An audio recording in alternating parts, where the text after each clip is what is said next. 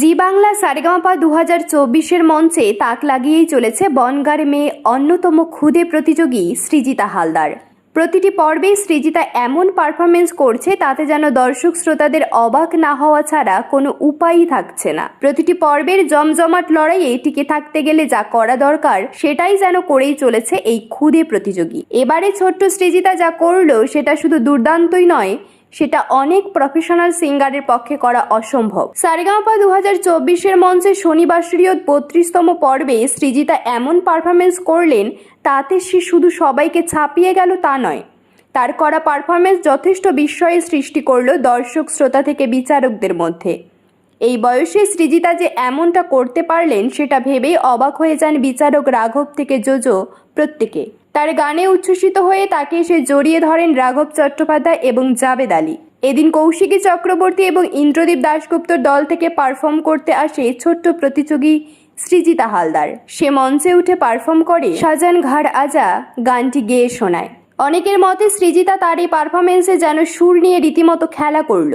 তার গায়কিতে মন্ত্রমুগ্ধ হয়ে ওঠে, দাঁড়িয়ে পড়েন সমস্ত বিচারকরা। দেওয়া হয় গোল্ডেন গিটারও। এরপর সৃজিতার পারফরমেন্স শেষ হতেই মঞ্চে ছুটে আসেন রাঘব এবং জাবেদ। দুজনে জড়িয়ে ধরে আদর করেন তাকে। জাবেদ আলী বলেন, সৃজিতা জগৎ জিতে নিয়েছে, আমি ফিরে গিয়ে সোনু ভাইকে এই ভিডিও পাঠাবো। অন্যদিকে রাঘব চট্টোপাধ্যায় বলেন, অনবদ্য, কি দারুণ গাইল, এই বয়সে ও যে এটা অ্যাটেন্ড করলো এটাই বড় কথা।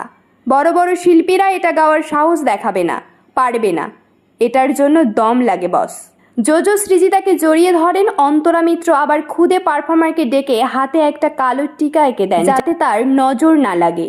এত প্রশংসা পেয়ে যথেষ্ট ইমোশনাল হয়ে পড়ে সৃজিতা নিজেও।